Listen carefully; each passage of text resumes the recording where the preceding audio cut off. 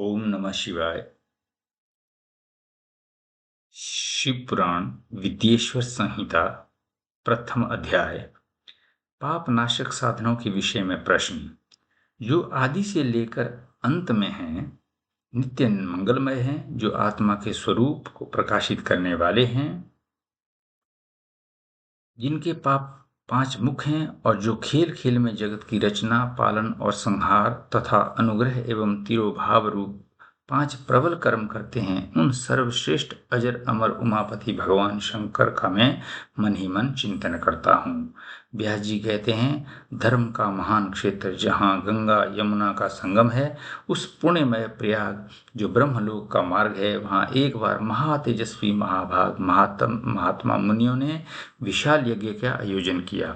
उस ज्ञान यज्ञ का समाचार सुनकर पौराणिक शिरोमणि व्यास जी के शिष्य सूत जी वहां मुनियों के साथ दर्शन के लिए आए। सूत जी का सभी मुनियों ने विधिवत स्वागत और सत्कार किया तथा उनकी स्तुति करते हुए हाथ जोड़कर उनसे कहा, हे सर्वज्ञ विद्वान रोमहर्षण जी, आप बड़े भाग्यशाली हैं। आपने स्वयं व्यास जी के मुख से पुराण विद्या प्राप्त की है। आप आश्चर्य स्वरूप कथाओं का भंडार हैं। आप भूत भविष्य और वर्तमान के ज्ञाता हैं। हमारा सौभाग्य है कि आपके दर्शन हुए हैं। आपका यहाँ आना निरर्थक नहीं हो सकता। आप कल्याणकारी हैं। उत्तम बुद्धि वाले सूत जी, यदि आपका अनुग्रह हो तो गोपनीय होने पर भी आप शुभाशुभ तत्व का वर्णन करें, जिससे हमारी तृप्ति नहीं होती और उसे सुनने की हमारी इच्छा ऐसे ही रहती है। कृपा कर उस विषय का वर्णन करें। घोर कलयुग आने पर मनुष्य पुण्य कर्म से दूर होकर दुराचार में फंस जाएंगे, दूसरों की बुराई करेंगे, पराई स्त्रियों के प्रति आसक्त होंगे, हिंसा करेंगे, मूर्ख नास्तिक और पशु बुद्धि हो जाएंगे। सूत जी, कलयुग में वेद प्रतिपादित वर्ण आश्रम धर्म व्यवस्था नष्ट हो जाएगी। प्रत्येक वर्ण और आश्रम में रहने वाले अपने अपने धर्मों के आचरण का परित्याग कर विपरीत आचरण करने में सुख प्राप्त करेंगे। इस सामाजिक वर्ण संकरता से लोगों का पतन होगा, परिवार टूट जाएंगे, समाज बिखर जाएगा, प्राकृतिक आपदाओं से जगह जगह लोगों की मृत्यु होगी, धन का क्षय होगा, स्वार्थ और लोभ की प्रवृत्ति बढ़ जाएगी, ब्राह्मण लोभी हो जाएंगे और वेद बेचकर धन प्राप्त करेंगे, मद से मोहित होकर दूसरों को ठगेंगे, पूजा पाठ नहीं करेंगे और ब्रह्म ज्ञान से शून्य होंगे। क्षत्रिय अपने धर्म को त्याग कर कुसंगी, पापी और व्यभिचारी हो जाएंगे। शौर्य से रहित हो वे शूद्रों जैसा व्यवहार करेंगे और काम के अधीन हो जाएंगे। वैश्य धर्म से विमुख हो संस्कार भ्रष्ट होकर कुमार्गी, धनोपार्जन परायण होकर नाप तौल में ध्यान लगाएंगे।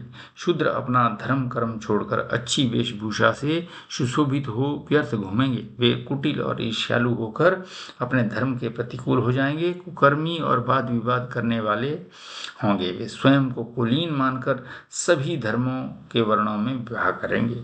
स्त्रियां सदाचार से विमुख हो जाएंगी, वे अपने पति का अपमान करेंगी और सास ससुर से लड़ेंगी, मलिन भोजन करेंगी, उनका शील स्वभाव बहुत बुरा होगा। सूत जी, इस तरह जिनकी बुद्धि नष्ट हो गई है और जिन्होंने अपने धर्म का त्याग कर दिया है, ऐसे लोक परलोक में उत्तम गति कैसे प्राप्त करेंगे? इस चिंता से हम सभी व्याकुल हैं। परोपकार के समान कोई धर्म नहीं है। इस धर्म का पालन करने वाला दूसरों को सुखी करता हुआ स्वयं भी प्रसन्नता अनुभव करता है। ये भावना यदि निष्काम हो तो कर्ता का हृदय शुद्ध करते हुए उसे परम गति प्रदान करती है।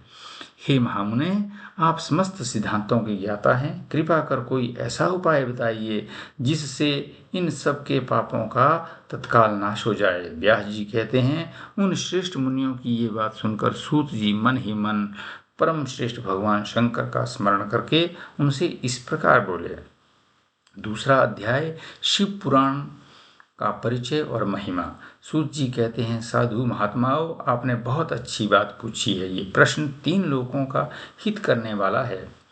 आप लोगों के स्नेहपूर्व आग्रह पर गुरुदेव व्यास का स्मरण कर मैं समस्त पाप राशियों से उद्धार करने वाले शिव पुराण की अमृत कथा का वर्णन कर रहा हूँ। ये वेदांत का सार सर्वस्व है। यही परलोक में परमार्थ को देने वाला तथा दुष्टों का विनाश करने वाला है। इसमें भगवान शिव के उत्तम यश का वर्णन है। धर्म, अर्थ, काम और मोक्ष आदि पुरुषार्थों को देने वाला पुराण अपने प्रभाव की दृष्टि से वृद्धि तथा विस्तार को प्राप्त हो रहा है। शिव पुराण के अध्ययन से कलयुग के सभी पापों में लिप्त जीव उत्तम गति को प्राप्त होंगे। इसके उदय से ही कलयुग का उत्पात शांत हो जाएगा। शिव पुराण को वेद तुल्य माना जाएगा। इसका प्रवचन सर्वप्रथम भगवान शिव ने ही किया था।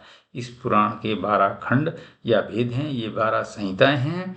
नंबर 1 विद्वेश्वर संहिता, नंबर 2 रुद्र संहिता, नंबर 3 विनायक संहिता, नंबर 4 उमा संहिता, नंबर 5 सहस्र कोटि रुद्र संहिता, नंबर 6 एकादश रुद्र संहिता, नंबर 7 कैलाश संहिता, नंबर 8 शतरुद्र संहिता, नंबर 9 कोटि रुद्र संहिता, 10 मातृ संहिता, 11 वायवीय संहिता तथा 12 धर्म संहिता।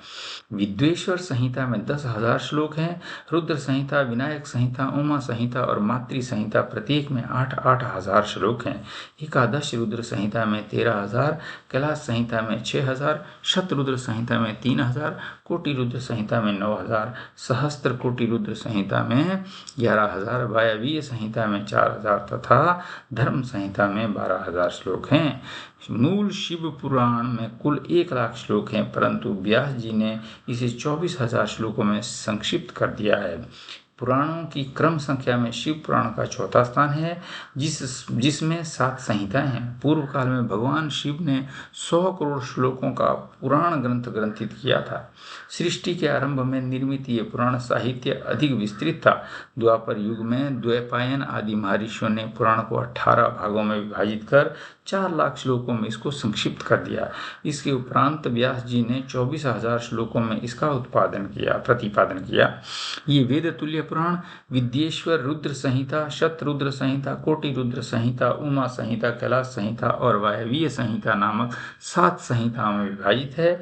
ये 7 संहिताओं वाला शिव पुराण वेद के समान प्रामाणिक तथा उत्तम गति प्रदान करने वाला है। इस निर्मल शिव पुराण की रचना भगवान शिव द्वारा की गई है तथा इसको संक्षेप में संकलित करने का श्रेय व्यास जी को जाता है। शिव पुराण सभी जीवों का कल्याण करने वाला, सभी पापों का नाश करने वाला यही सत्पुरुषों को कल्याण प्रदान करने वाला है।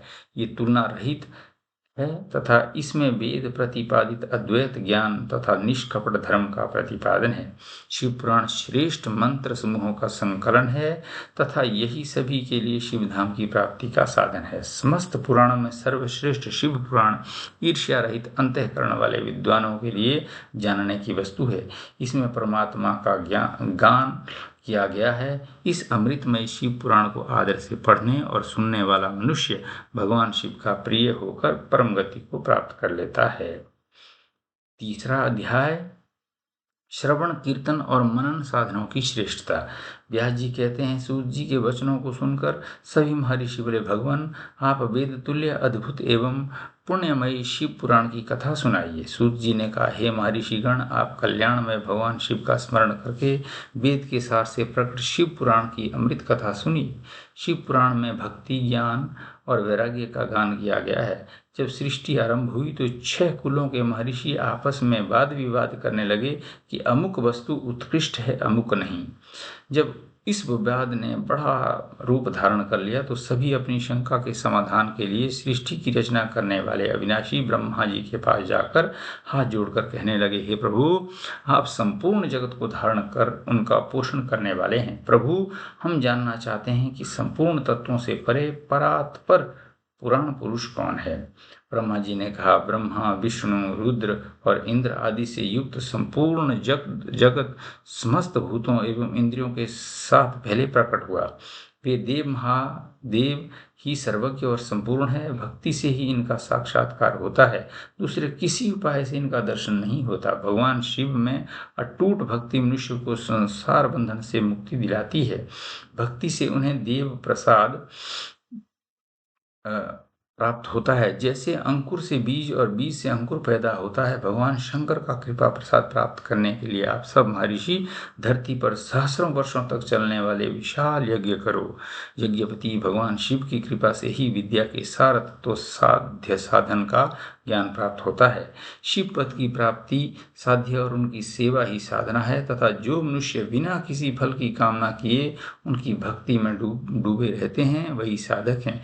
कर्म के अनुष्ठान से प्राप्त फल को भगवान शिव के चरणों में समर्पित करना ही परमेश्वर की प्राप्ति का उपाय है तथा यही मोक्ष प्राप्ति का एकमात्र साधन है। साक्षात्कार महेश्वर ने ही भक्ति के साधनों का प्रतिपादन किया है।